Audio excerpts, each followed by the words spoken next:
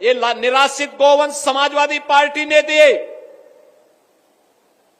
और इसीलिए इन्होंने गायों को लावारिस छोड़ दिया था।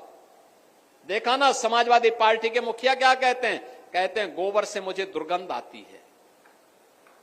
ये है इनकी असलियत, यही है, क्योंकि गौ माता को कसाईयों के हवाले करते थे। हमने कसाईयों को जब भेजा जहन्नुम की यात्रा में तो इनको परेशानी हुई। इनकी परेशानी तो वह है कि इनके मित्र कसाई सब चले गए जहन्नुम में, तो अब इन गोवंश को बचाने की चुनौती थी। तो आप ही की धरती के सपूत, आप ही के द्वारा चुने गए आंवला के विधायक ने 7,700 से अधिक निराश्रित गौ आश्रय स्थल खड़ा किए और आज वहां पर 14 लाख गोवंश की देखभाल स्वयं राज्य सरकार कर रही है और शेष हमने अन्नदाता किसानों को दिए हैं। आप भी पालिए, एक गोवंश पर 1,500 रुपया हम महीना आपको उपलब्ध करवाएंगे। अगर कोई किसान 4 गोवंश रखता है तो 4 गोवंश के लिए 6,000 रुपये महीना हम उनको देते हैं। आप याद करिए, आम के आम और गुठली के भी दाम, इसी को कहते हैं। यानी गौ माता की सेवा का पुण्य भी पाओ और सरकार का अनुदान भी पाओ। और इसीलिए आज के इस अवसर पर भारत के अंदर, भारत की परंपरा तो गौ और गंगा की परंपरा है।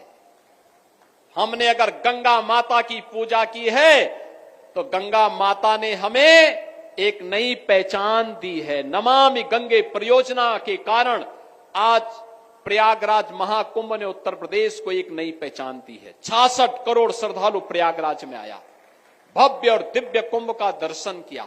बहनों और भाइयों, ऐसे कभी नहीं हुआ पहले। नमामि गंगे परियोजना के कारण मां गंगा की आराधना, अविरल और निर्मल गंगा की परिकल्पना को प्रधानमंत्री मोदी जी ने साकार किया। आज भव्य और दिव्य कुंभ बदले में हमें मिला। हम आभारी हैं प्रधानमंत्री मोदी जी के, जिनके कारण उत्तर प्रदेश को यह भव्य और दिव्य कुंभ करने का अवसर प्राप्त हुआ और उत्तर प्रदेश की एक नई पहचान वैश्विक स्तर पर पहुंची। तो मां गंगा की पूजा का जो पुण्य प्राप्त हुआ, वही मां गौ माता की पूजा करने से प्राप्त होगा।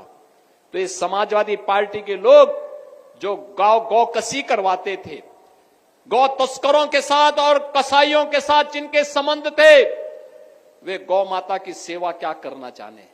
तो उनके गौ माता के गोबर में तो दुर्गंध ही नजर आएगी।